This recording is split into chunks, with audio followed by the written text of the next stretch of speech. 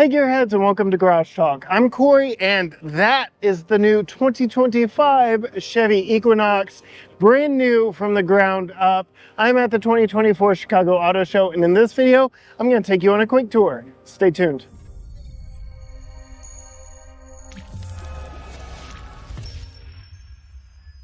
Yes, Gearheads, I am at the 2024 Chicago Auto Show where Chevrolet is showing off the 2025 Chevy Equinox. This is the first chance to see it in person for many people, yours truly included. I do love that they have it parked right next to this new Traverse that really ushered in this new design language for the crossovers of the brand.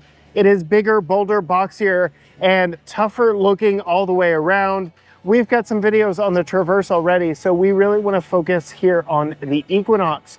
Unfortunately for us, this is a pre-production model, so there's only so much we can do. I can't actually get inside, but I will show you inside. I can't pop the hood and I cannot open the trunk or the hatch, but we can talk about a lot of those things. Powering this one is a carryover of the 1.5 liter turbo 4-cylinder engine.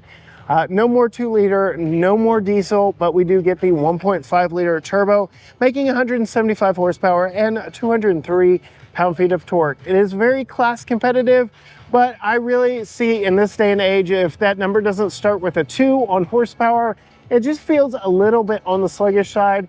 This is the same powertrain that is in the outgoing model, but it does get revised transmissions. There is a continuously variable transmission on front-wheel drive models. If you get all-wheel drive models like this new Activ trim we have here in Cactus Gray, you get an 8-speed automatic.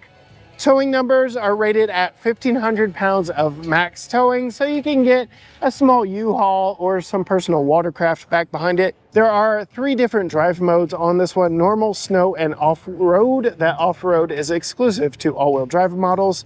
This is 2.5 inches wider than the outgoing model, so it definitely has a more aggressive, boxy stance to it that the outgoing model did not quite have. I really do like the more rugged, masculine styling of this one, especially here in this Activ trim. They have simplified the trims. We've got Activ is kind of the top trim. We also have an RS trim, and the LT trim serves as the base model moving forward. Looking at the wheels of this new Activ trim, it is set to be more like an off-road ready adventure vehicle. So we get these General Grabber AT tires. You can see they are a fairly aggressive off-road pattern wrapped around these fairly aggressive designed wheels. I'm looking for the measurement here. I'm actually going to have to climb over the glass to show you that these are 235/65 R17s. So I like that we haven't gone 18s or anything crazy on that. You can see there's a fairly aggressive pattern to the tread here on this Activ model. We also get a lot of black accents to contrast this cactus green and the white roof on this one. Again, we can open this one up. I will show you more on the inside here in just a moment when we get the doors open, but it is a pre-production model, so we don't know everything that will change before this goes into full production, but this gives us a general idea of what is offered and what the design language is going to be like moving forward. Again, moving around to the back here, next to that red Traverse just over there, you can see these similar design themes with this shark fin C-pillar on the back with a floating roof. And that rear glass, it is a good look for me. It really works and really sets the overall appearance of this one apart. I think with this white roof, they're really targeting the Toyota RAV4, which does compete in this class. It is a bestseller in this class, and I think this is going to do very well. I do believe in the new off-road focus craze. This Activ trim is going to sell quite well. As we come in a little bit closer, we get black badges back here on the back, black Equinox all-wheel drive and Activ badging along the back, just kind of toning down all the chrome accents. Black is the new de facto color of choice.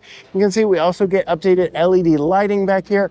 Unfortunately, again, we're at a show. This is a pre-production. We can't turn it on, but that is a quick look at the exterior and just how much it compares to the new design of this Traverse. Now let's peek inside and see what the interior of it looks like. Chevrolet has been nice enough to open up the doors for us to show us the interior of this one, and I'm very stoked for it. They've done a lot of things right in here. We'll start on the door. We've got a lot of mixed use materials in here, and I like the look of it. I like the visual breakup of it.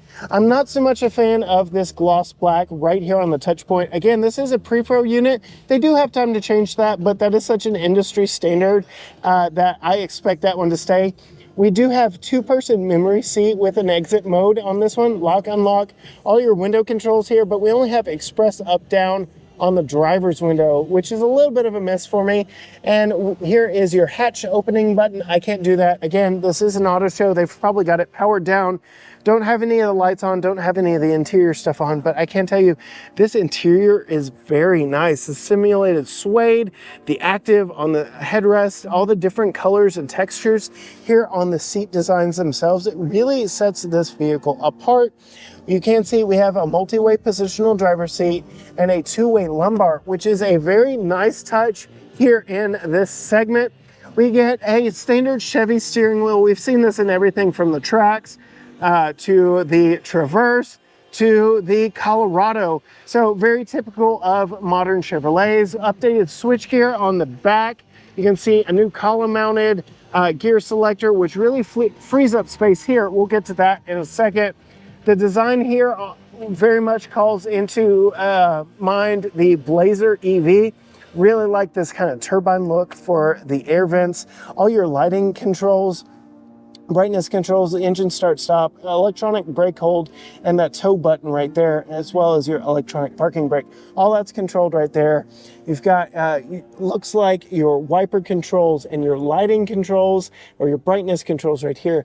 I do believe they've moved the typical lighting stuff into the large infotainment screen, but you can see we've got a full digital gauge cluster and a full digital screen over here. A big improvement over the outgoing model. Chevy's really been leaning into that throughout their lineup. And as we look down here, we have heated and ventilated seats, dual zone climate control here in the Equinox Activ, which is a very nice and welcome amenity. All of that switchgear is stolen straight out of the Colorado, which is not a bad thing. We have texture storage down here, USB-A, USB-C, Qi wireless charger right here. I like how it's vertical, kind of gets it out of the way. Drive mode button right here, storage here, storage here, storage here, and storage down here. I like how moving the shifter to the column, we have some under console storage here.